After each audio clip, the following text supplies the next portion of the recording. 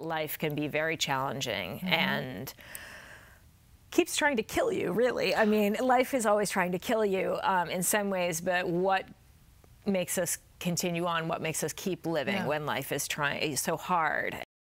Hi, and welcome back to the Brookdale Visiting Writer Series show. My name is Suzanne Parker, and I'm here talking with the wonderfully talented author, Hannah Tinti, who is also an editor and one of the founding editors of One Story Literary Journal, which focuses on one story and arrives in people's mailboxes every month. Yeah, once a month. It's basically a short story of the month club. Yeah. And I launched it with Mary Beth Baccia in April of 2002, so we've been doing it for a long time.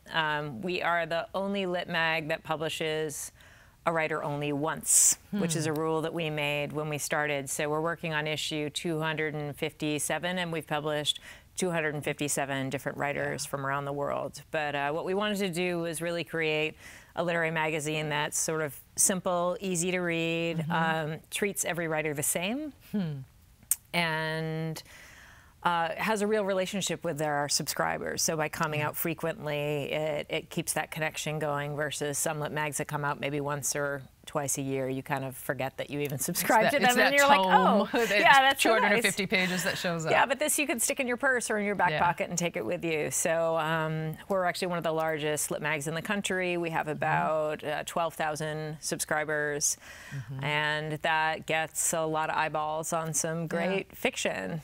As someone who gets it once a month in her mailbox, I can say it's wonderful. And we were talking as well, you're doing classes as well, too. Yeah, we do education, and we also launched a YA version of one story called One Teen Story that only publishes writers who are between the ages of 13 and 19.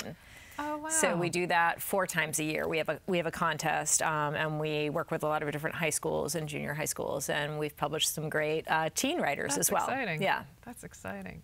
Well, it is wonderful, and people can check it out online, I'm sure, too, right? Yes, it's very easy, one-story.com. I wanted to talk about The 12 Lives of Samuel Hawley, which is just such a fun and good read. Thank you. One of the things I noticed, though, was that I don't know what you would call Hawley. He's not exactly a hitman. He's a criminal, I would say. A criminal who gives violent justice sometimes. Yes, yes, and it sometimes, sometimes does some very bad things. And then in your previous book, The Good Thief, obviously you have a con man, the thief, as well, too. And I was wondering what attracts you to these sort of anti-hero, darker characters? Yeah, I get that question a lot because after people meet me, and particularly if they've read my work before, they always say, you know, you seem like such a nice lady. Like, why do you write such dark and twisted things and such dark and twisted characters? And I usually start by just saying, I'm from Salem, Massachusetts. So I've always had a bit of a dark side, and growing up among sort of, you know, witches and murder has just been, it's Halloween 365 days a year there, and that's just kind of my regular, happy, normal place. It doesn't seem strange to me. It really doesn't. You know, that's just everyday life there. So I worked at a place, for example, called the Salem Witch Dungeon. That was like my... I've been to that. Oh yeah, I worked there. For my junior or sophomore high school project, I did something about the Salem witch trials that really had absolutely no relationship to the theme. Did you go down to the basement? I did. And did somebody jump out and scare you? Yeah, they did. That was me. You were great. Yeah, I was so scared. That was me. That was my job. It actually probably was the best job I've ever had. And sometimes I think that dressing up in rags and a rubber mask is something I'm still doing in one form or another, but just on the page. On the page. Yeah. Well, can you tell us about The 12 Lives of Samuel Hawley? It's really it is a sort of an action-adventure crime story. I really think of it as a love story as well, and the various different kinds of love that people can have for each other. The 2 main characters are Samuel Hawley, who's this criminal, and then the second character who sort of becomes his foil going back and forth in time with him is his daughter, Lou. And she also has a dark side, and he is trying to raise her, hopefully, to have a better life than what he had. He recognizes that she has this darkness in her as well. But but it's sort of, you have this sort of mystery of what happened to Lou's mother. So it's like almost like a crime mystery that you're putting together.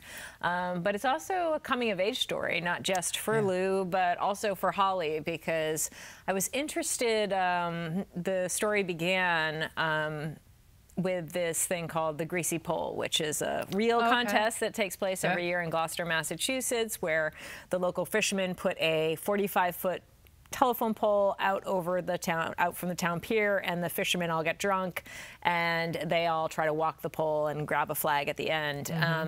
And it's been greased. Oh yeah, like 6 Heavily. inches of grease and lard, and it is something I've gone to every year. I go to the Greasy Pole contest, and there's something sort of, they're like gladiators almost. It's very masculine, but it's also very silly and strange, and dangerous. People get hurt. Yeah, people get really hurt, break their teeth, get their shoulders dislocated, and I, again, same scenario that happened with The Good Thief. I was just trying to sketch out a scene, writing about the Greasy Pole, put my binoculars on, took a closer look at one of the men, and realized that his body was covered with these scars. And it got me thinking about how the scars that we carry, our physical scars, are often, there's a story attached to those scars that we will tell usually only to the people that we're most intimate with. Our lovers, our doctors, our family maybe. Sometimes those scar stories are really lovely, like that's the scar I got when my dad was teaching me to ride a bike on our front driveway. Sometimes those scars are a mastectomy scar or something with a darker connotation to it. And I thought, what if you looked at someone's body and you only heard those stories, you only knew the stories of the scars? And wouldn't that be an interesting way to try to tell someone's entire life story? So I started, and then when I looked closer to Samuel Hawley's scars and realized that they were bullet holes that had been had healed over. But I was like, oh, that's what it's going to be. I'm going to tell his life story and only tell all these different times that he was shot and how he survived. And that idea that life can be very challenging and keeps trying to kill you, really. I mean, life is always trying to kill you in some ways, but what makes us continue on, what makes us keep living when life is so hard? And it's about love, the thing that pulls you forward. And that's how Lou comes in, because Lou becomes his reason to keep living. So the book began with him. It really began with him.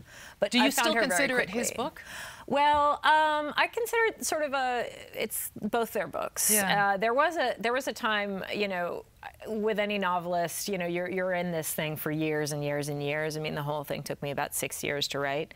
So there's always like these moments of despair where you think you've lost your way. And there was a time where I thought, well, maybe Lou maybe I shouldn't be in her point of view. Maybe this is all his story. And I was worried that people would kind of fast forward through her parts, which are much more sort of contemplative and slower, where his are very action-packed, his sections. But when I zipped her out of the book, I realized that the book didn't work anymore. So you did a version where you took her out? I tried it just to see what would happen, and it totally didn't work. So I just can't zip her even back imagine. in. She's so huge. She's really important. Yeah, and I can't imagine his development without the background of her either. Yeah, they needed each other.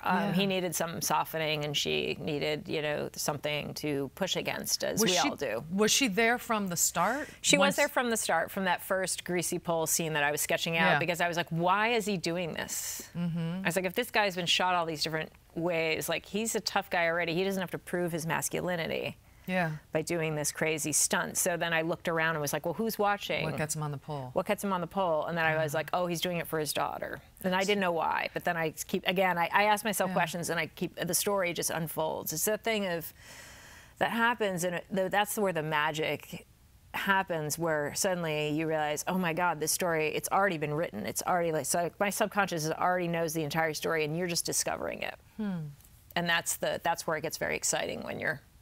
The idea of alternating, because it goes every other chapter. Yes. So it's a story of a bullet hole, and we get his life story, and then back to the present day, or the time that the story is set in. Did that conceit happen from the very beginning? Pretty quickly. Yeah. Pretty quickly. I wanted them both to sort of start around the same age, and then he's moving forward, and she is also moving forward, but over a shorter window of time. Yeah. And and for them to sort of discover things together. And the way I place, like, the first time he really falls in love is the first time she really falls in love. Those chapters go side by side together.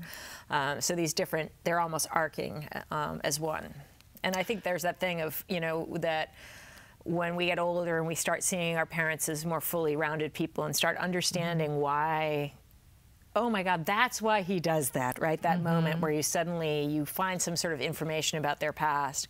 And I wanted that to be happening to her as well. You don't really think about your parents as anything rather than your parents when you're very young. And then hopefully, if they live long enough and you live long enough, you have that opportunity to get to know them as human beings later, and understanding them with all their good parts and their bad parts, you know, and maybe understanding why they made some of the choices that they made. Gotcha.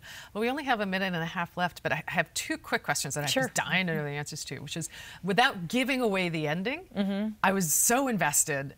Did you write a number of different endings? Oh, no, I always knew that was the ending. That's really? That's another thing that happens to me, actually, when I'm writing, particularly longer piece, where about 3/4 of the, or maybe halfway through, I usually have a vision of what the last scene is going to be. Okay. So I had a vision, and I don't think I'm giving away too much by saying, like, I had this vision of Holly and Lou on a boat in the dark, you know, under the stars. And so I had that visual, and I had no idea how they were going to get there. I didn't know why they were there. So you're going to ask a bunch of questions. I just kept asking the questions, but I had the visual of it, and I knew that they were going to be finding their way with the stars in order to sort of elevate the whole thing, or tie it into the 12 Labors of Hercules, which is something I was also sort of winnowing out throughout the whole thing. Yeah. Well, it's an absolutely marvelous book. It really was can't put it down. Life stops until this is done.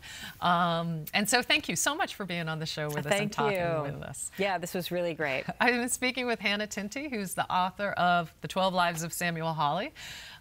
So please check out the book. And if you'd like to know more about Brookdale's creative writing program, we offer classes open to the public and a visiting writer series that is pretty spectacular. So check us out. You can go to Brookdale's website and find us on the calendar. So thanks for watching.